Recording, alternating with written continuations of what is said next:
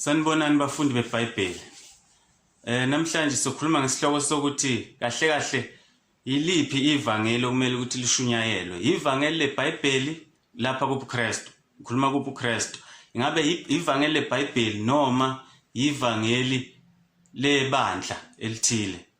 Ngoba namhlanje sinenkinga ukuthi amabandla ngamabandla kanti hayi namhlanje kuphela. Lento yaqala kudala ukuthi sinenkinga ukuthi amabandla ngokwahlukahlukana kwawo noma ama-denomination ngokwahlukahlukana kwawo anamavangeli awo.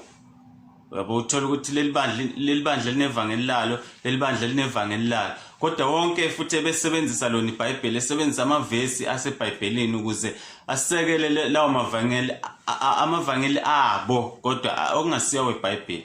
So kanjani na siyazi ukuthi sonke kahle iBhayibheli umqondo walo uthi sonke sonile sona kusukela ekuqaleni, and then uNkulunkulu wayesesikhombisa ngokuthi enikeze uIsrael umthetho ukuze asikhombise ukuthi akekho umuntu ongaba ngcwele abe perfect agcine wonke umthetho.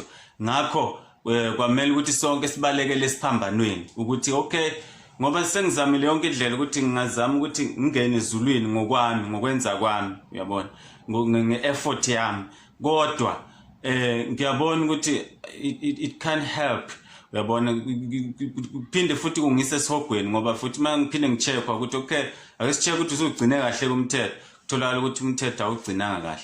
So ke vele ekugcineni kwamele ukuthi sibalekele kuphi esiphambanweni ukuthi kube khona isacrifice esinikelelwa ngayo indodana kaNkulunkulu okuNjesu Kristu esiphambanweni.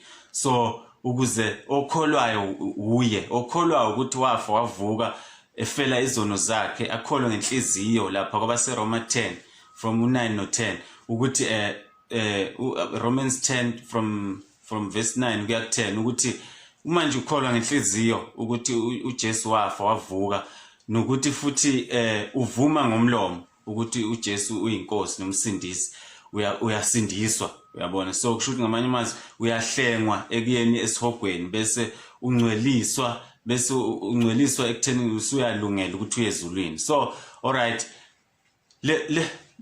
lelo vangeli ivangeli leBhayibheli lelo akusile lebandla akusilo la denomination nje akusile leBhayibheli nje clear ukuthi okay into ekhona ukuthi sonke kumele sikholwe egameni likaJesu Kristu uma ukuthi sikholwa enkolweni yeBhayibheli ukuze sizokhona ukuthi sisindiswe. Futhi kwabase first 2 verse 8 kuyasho ukuthi okay lokho kusindiswa akuveli ngezenzo ukuthi mhlambe ngenzeni enhle ngoba uthi uIsaiah 64 bonke ubuhle bethu izenzo zethu ezinhle zaba njengendwanga engcolisiweyo, indwanga enindiweyo.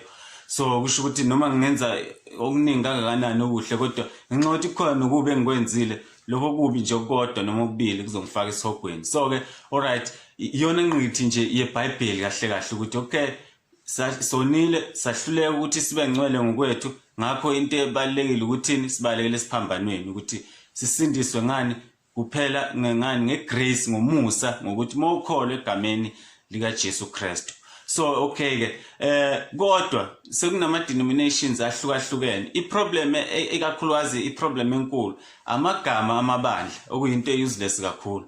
Uthola ukuthi ibandla elithile lizoshumayela igama lebandla hayi uKristu, uyabona. Uthola ukuthi ibe khona le nto leya ngesikhathi sika Paul eKorinto. Uthola ukuthi kwabaseKorinto bokuqala uchapter 1 futhi uPaul wayekhuza leyo nto kukhona esebethi thina singabaka Apollo ngakho sesihlukile thina, abanye singabaka Paul, abanye singabaka Kephas, abanye bathi hayi thina singabaka Kristu, uyabona.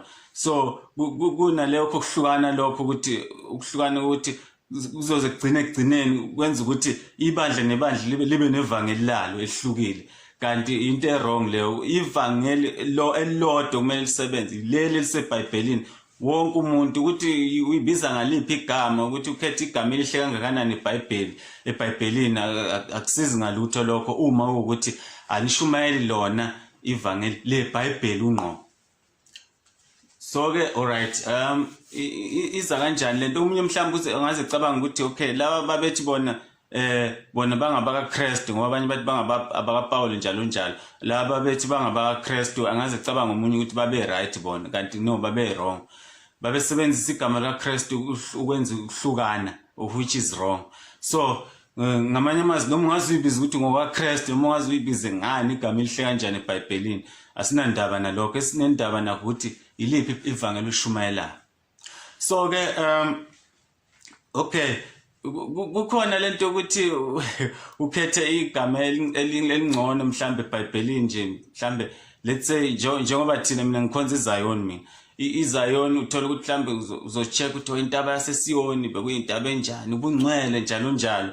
So uthola intaba eyayilekwa Israel leyo so eyayisetshenziswa uNkulunkulu wayisebenzisa ngaleso sikhathi leso uyabona uthi kube ye holy place njalo njalo kwenziwa izinto ezithile khona.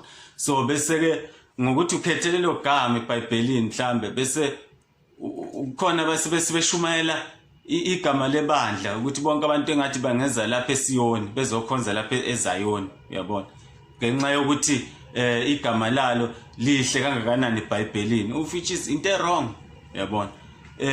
Ku right yebo ukushumayela ngentaba yaseSiyoni ukuthi hey mhlambe yayingcwele ibani ingcwele nani bazalwane uyabona ibani ingcwele ushumayela nje iBhayibheli straight ukuthi okay intaba yaseSiyoni yayi kanje nani ibani kanjalo uyabona ibani kanjalo kodwa hayi ukuthi bese uthatha le nto ilinka naleli gama oliqambe i-denomination yakho noma lelo bandla okulo uyabona bese uthi bonke abantu abeze lapha ushumayela ibandla uyabona ungashumayela iBhayibheli ku wrong bese mhlawumbe umunye aqhamuke athi eish okay sengizwile abanye bathi bayiZion ake ngize negama elingathi lihle kakhudlwana kuneZion kodwa ngathi nje mhlambe athi omunye okay thina sibize ngeapostoli apostle noma apostle 12 bese esikhundleni sokuthi ushumayela iBhayibheli ubunjalo beBhayibheli bese ushumayela wena igama lebandla mhlambe sokhetha amavesi akhuluma ngabapostoli ukuthi uyabona ukuthi vele kumele sonke sibe abapostoli kanjani njani kanti ku wrong le nto uma ukuthi ufuna ukushumayela ngobupostoli ukuthi okay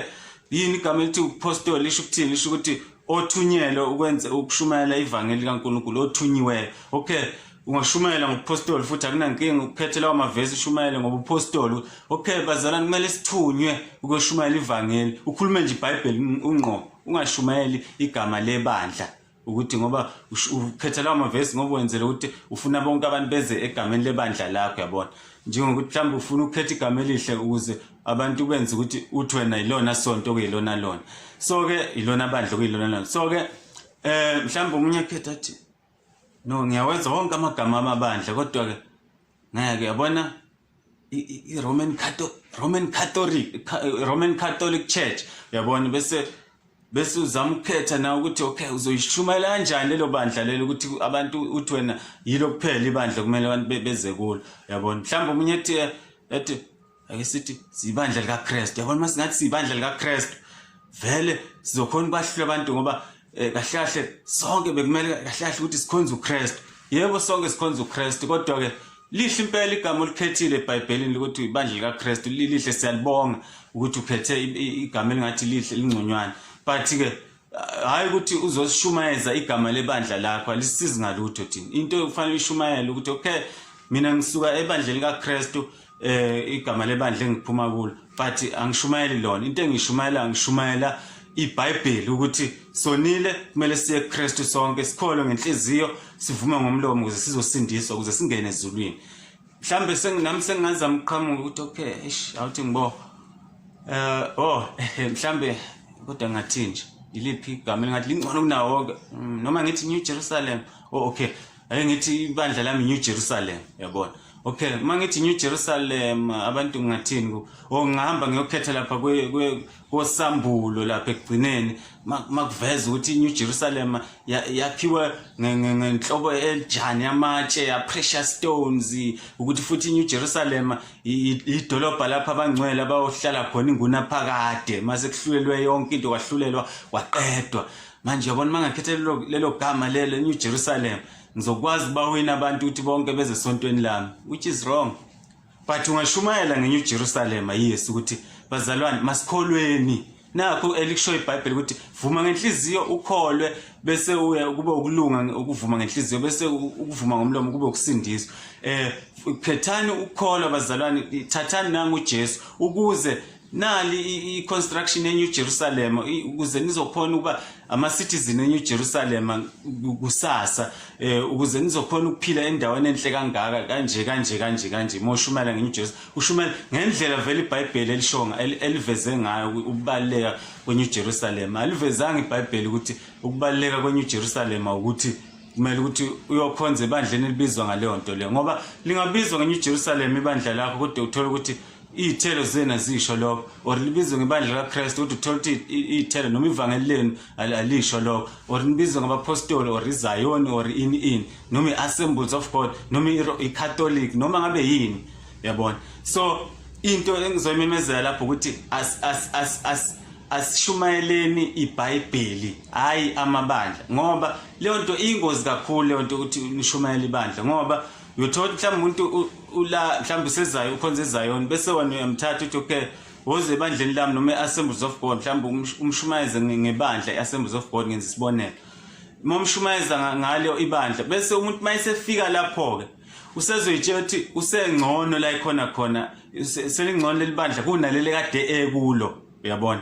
So akufuneki umuntu athi selingcono kabi ibandla engikulo kunebandla engangikulo, kodwa umuntu kufanele athi isingcono kabi impilo yami since ngathatha uJesu, hayi since ngamukela leli bandla, kodwa athi since ngathatha uJesu, yabo. So uJesu emthathe noma ekuliphi ibandla emthathe nje uJesu decidelene umuntu ukuthi okay leli bandla engikulo alingisizi ngalutho spiritually, alinginiki iqiniso lokuthi kumele ngithole impilo ephakade kanjani, uyabona.